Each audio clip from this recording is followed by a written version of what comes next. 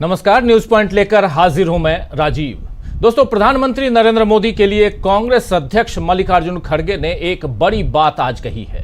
खड़गे ने कहा है कि वो 65 सालों से राजनीति में हैं, लेकिन इतना झूठ बोलने वाला और लोगों को धोखा देने वाला प्रधानमंत्री मैंने नहीं देखा। खास बात यह है कि मल्लिकार्जुन खड़गे का ये बयान ऐसे वक्त पर आया है जब कल ही पीएम आवास पर सर्वदलीय प्रतिनिधिमंडल मिलने गया था। इनमें कांग्रेस सांसद शशि थरूर, सलमान खुर्शीद, मनीष तिवारी, आनंद शर्मा, ये तमाम कांग्रेसी नेता मौजूद थे और इन सब के साथ मोदी की हंसते मुस्कुराते तस्वीरें खूब प्रसारित की गई हैं। मोदी इन कांग्रेसियों के सहारे एक तरफ अपनी छवि सुधारने की कोशिश में हैं और दूसरी तरफ इनके जरिए कांग्रेस में फूट डलवाने की कोशिश भी नजर आ रही है। हालांकि ऐसा करके मोदी कांग्रेस को कमजोर करेंगे, ये मुगालता उन्हें नहीं पालना चाहिए, क्योंकि कांग्रेस अब भी खड़गे और राहुल गांधी की जोड़ी के नेतृत्व में मजबूती से मोदी के सामने खड़ी है। आज ही राहुल गांधी ने एक चिट्ठी लिखकर मोदी से कहा है कि एससी, एसटी, ओबीसी, ईबीसी ऐसे छात्रों की स्कॉलरशिप उन्हें समय से मिले और बढ़ाकर मिले। साथ ही ये बच्चे जिन हॉस्टल में रहकर पढ़ते हैं वहां कैसी बदइंतजामी है, इसका भी जिक्र राहुल गांधी की चिट्ठी में है। यानी सामाजिक और शिक्षा न्याय पर आगे बढ़ने का काम राहुल गांधी कर रहे हैं और इस चिट्ठी में राहुल गांधी ने यही सारी बातें लिखी हैं। उधर कांग्रेस मोदी के झूठ की पोल भी खोल रही है। मल्लिकार्जुन खड़गे ने आज क्या कुछ कहा है, आइए जरा आपको बताते हैं हम, और मल्लिकार्जुन खड़गे की इस बाइट को सुन लीजिए। 33 गलतियां की हाँ? और तुम लोगों को मालूम है, मैं पहले से पार्लियामेंट में भी बोलते आया हूं। तो इतना झूठ बोलने वाले प्राइम मिनिस्टर, इतने गलतियां करने वाले और लोगों को फंसाने वाले, युवकों को धोखा देने वाले, गरीबों को जो उनको फंसाकर वोट लेने वाले, मैं किसी प्राइम मिनिस्टर को भी नहीं देखा ऐसा। मैं भी 55 साल से सत्ता में हूँ और 65 साल से मैं पॉलिटिक्स कर रहा हूँ, ऐसा कोई भी नहीं। हर चीज वो झूठ बोले, एक भी इम्प्लीमेंट नहीं हुआ। अगर वो पूछने गए तो उसके लिए कोई जवाब उनके पास है ही नहीं। अब मैं आपको याद दिलाना नहीं चाहता बार बार, नोटबंदी का हो, चाहे वो अपना एम्प्लॉयमेंट का हो, चाहे वो एमएसपी का हो, कितने ऐसे हैं। तो उन्होंने कभी ये बात नहीं कही कि मैं लोगों को ऐसा झूठ बोला हूँ, मेरे से गलती हो गई, माफी नहीं मांगा। सिर्फ एक के ऊपर एक कुछ बोलते ही जाते हैं। कश्मीर को ही कतरा, हम गए थे वहाँ कतरा, ये सब एरिया में वैष्णव देवी टनल, ये सारे मैं यही उस वक्त भी चीफ मिनिस्टर थे हमारे फारूक अब्दुल्ला के बेटे उमर अब्दुल्ला, प्राइम मिनिस्टर हमारे मनमोहन सिंह जी, सोनिया गांधी जी, गुलाम नबी आजाद था, मैं थे, सब हमने वो टनल ओपनिंग करवाया, हमने वो पूरा, लेकिन एक शब्द भी उन्होंने पिछले गवर्नमेंट क्या काम करी और हम कहां से कहां तक किए।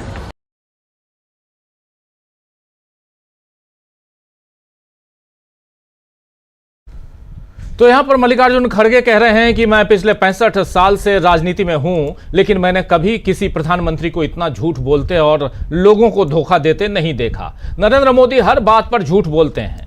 मोदी ने देश के युवाओं और गरीबों को झूठे सपने दिखाकर धोखा देने का काम किया है।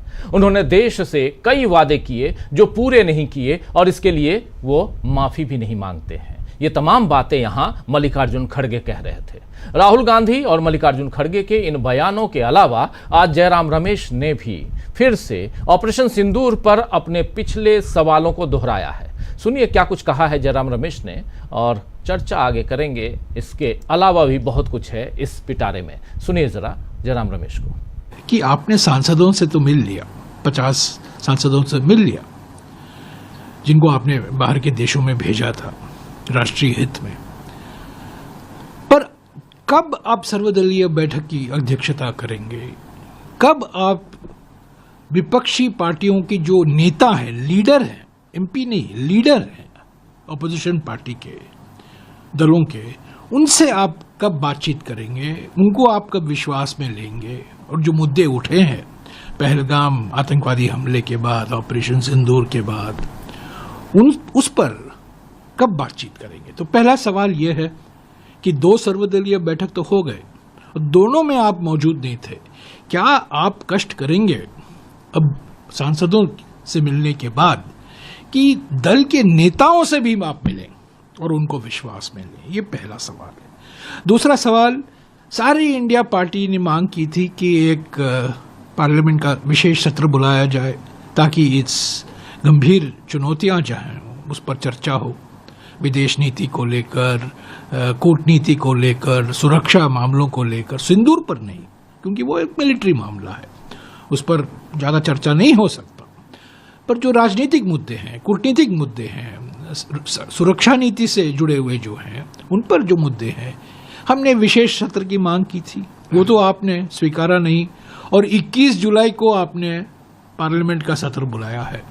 क्या आप कहेंगे स्पष्ट तरीके से कि उस सत्र में 2 दिन के लिए सुरक्षा को लेकर, सिंदूर को लेकर, पहलगाम को लेकर, चीन को लेकर, पाकिस्तान को लेकर, राष्ट्रपति ट्रंप को के बयानों को लेकर क्या 2 दिन की चर्चा आप कराएंगे?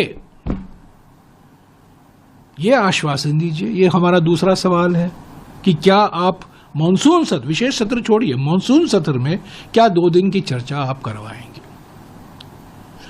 तीसरा हमारा यह सवाल है कि कारगिल सुरक्षा समिति बिठाई गई थी हमारे जयशंकर जी के पिताजी के सुब्रमण्यम की अध्यक्षता में जुलाई 29, 1999 को, कारगिल युद्ध के बाद 3 दिन के बाद, 3 दिन हुए थे। और उस समिति ने बहुत गहरा विश्लेषण किया, अध्ययन किया, सिफारिशें दी।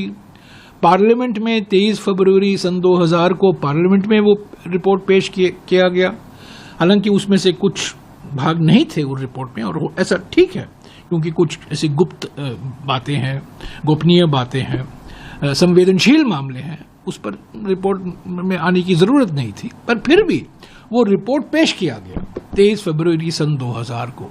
क्या आप ऑपरेशन सिंदूर को लेकर CDS ने जो खुलासे किए हैं सिंगापुर में, जो मुद्दे उठे हैं, जो जनता सवाल उठा रही है, लोग सवाल उठा रहे हैं, दुनिया भर में ये सवाल उठ रहा है, हमारे देश में सवाल उठ रहा है, क्या एक समिति का गठन करेंगे, विश्लेषण होगा और रिपोर्ट पार्लियामेंट में पेश होगा कभी 6 महीने बाद, 7 महीने बाद?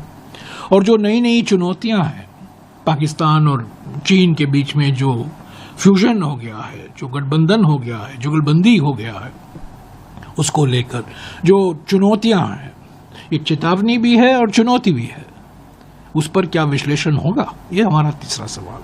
और चौथा सवाल यह है कि पहलगाम के आतंकवादी, जो आतंकवादी थे जो पहलगाम पर क्रूर हमला किया था, वो आज तक न्याय के कटघरे में नहीं आए। कब होगा वो? क्योंकि वो पूंछ के लिए जिम्मेदार थे 23 दिसंबर 2023 में। तो जयराम रमेश यहां अपने पुराने 4 सवालों को फिर से सामने रख रहे हैं और सबसे बड़ा सवाल यहां यही कि आखिर विशेष सत्र कब बुलाएंगे? मानसून सत्र आ रहा है, लेकिन मानसून सत्र में क्या इस पर बात होगी? ये तमाम बातें यहां पर जयराम रमेश रखते हुए, दरअसल मोदी अगर ये मान कर बैठे हैं कि सत्ता के 11वें साल में आने के बाद अब विपक्ष उनके सामने हथियार डाल देगा, तो फिलहाल कांग्रेस के तेवर ऐसे नहीं दिखते हैं दोस्तों। वैसे कांग्रेस अपनों पर भी अब सख्ती दिखा रही है। दिग्विजय सिंह के छोटे भाई और कांग्रेस नेता लक्ष्मण सिंह को 6 साल के लिए कांग्रेस ने अपनी पार्टी से निलंबित कर दिया है। लेकिन कांग्रेस को इस सख्ती का दायरा शायद और बढ़ाने की जरूरत है। वे नेता जो पहले मोदी की तारीफ करते हैं, फिर बीजेपी में शामिल हो जाते हैं और उसके बाद कांग्रेस को कोसने के लिए बीजेपी उन्हें ही आगे करती है, उनसे ही कांग्रेस पार्टी के तमाम बड़े नेताओं को गालियां दिलवाती है। ऐसे कितने उदाहरण हमारे सामने हैं। इसमें गलती शायद कांग्रेस की ही है या रही है कि जिन लोगों ने अपना झुकाव मोदी और बीजेपी के लिए दिखाया था, उन्हें सही समय पर यानी वक्त रहते बाहर नहीं किया गया। लेकिन अब गलती सुधारने में क्या हर्ज है? कांग्रेस को फिर से उन तमाम नेताओं की शिनाख्त कर लेनी चाहिए जो इस समय मोदी में नजर आ रहे हैं। उन्हें बाहर करने से पार्टी को नुकसान नहीं बल्कि भला ही होगा। ये एक सुझाव है, हालांकि बिन मांगी सुझाव मैं नहीं रखता हूं, नहीं देता हूं, लेकिन आज इसकी दरकार है, इसलिए ये बात यहां रख रहा हूं। खैर, कांग्रेस और बीजेपी की इस रस्साकशी के बीच देश के लिए एक बुरी खबर आर्थिक मोर्चे से आई है। आर्थिक मोर्चे से खबर जो है वो विश्व बैंक से आई है और विश्व बैंक ने वित्तीय वर्ष 2000 यानी फाइनेंशियल ईयर 2025 और 26 के लिए भारत यानी इंडिया की जीडीपी यानी सकल घरेलू उत्पाद वृद्धि दर का अनुमान 6.7% से घटाकर 6.3% कर दिया है। इसका मुख्य कारण कमजोर निर्यात और निवेश में कमी बताया गया है। विश्व बैंक की ताजा ग्लोबल इकोनॉमिक प्रोस्पेक्टस रिपोर्ट, इसमें यह जानकारी दी गई है और अब बाकी वैश्विक रिपोर्ट्स की तरह मोदी सरकार इसे भी खारिज करेगी या इसके सबक दूसरों तक पहुंचेगी, खासकर मोदी सरकार में जो दूसरे साथी हैं उन तक, एनडीए के दूसरे साथी उन तक भी, और कोई सुधार लेकर आएगी यहां पर मोदी सरकार, ये देखना होगा। क्योंकि जिस समय मोदी ढोल पीट रहे हैं कि भारत दुनिया की 4 बड़ी अर्थव्यवस्था में से एक है, वहां ये विकास नजर आना चाहिए। क्या विकास नजर आ रहा है? अभी तो जीडीपी और घटने की नौबत आ गई है। ऐसे में क्या मल्लिकार्जुन खड़गे की बात ही सच है कि मोदी जो कहते हैं वो पूरा नहीं करते और फिर झूठे सपने दिखाने की माफी भी नहीं मांगते हैं? आज इसी पर चर्चा करेंगे और समझने की कोशिश करेंगे कि आखिर मल्लिकार्जुन खड़गे ने जो बातें कही हैं उसमें कितना दम है, और इन सब के बीच जो ऑल पार्टी डेलीगेशन, जो आउटरीच डेलीगेशन ऑपरेशन सिंदूर के बाद विदेश 33 देशों की यात्रा पर गया था, वो जब लौट के आया हिंदुस्तान और कल रात को डिनर पार्टी में शामिल हुआ नरेंद्र मोदी के आवास पर, पीएम आवास पर, हंसी ठिठोली, हंसते मुस्कुराते हुए जो तस्वीरें आई हैं उनमें सबसे ज्यादा तस्वीरें कांग्रेस पार्टी के चारों नेताओं के साथ हैं। और उसमें से एक तस्वीर और है कि शशि थरूर और तमाम कांग्रेस के नेता वहां बात कर रहे हैं नरेंद्र मोदी से, और बगल में खड़े हैं निशिकांत दुबे, जो लगभग उसी समय कांग्रेस को कोसते हुए एक ट्वीट कर रहे थे। क्या कांग्रेस इन सब सवालों का जवाब देगी? आइए चर्चा करते हैं, चर्चा की शुरुआत करते हैं। कैसे राहुल गांधी ने मोर्चा खोल दिया है और कैसे यहां मल्लिकार्जुन खड़गे ने बड़ा हमला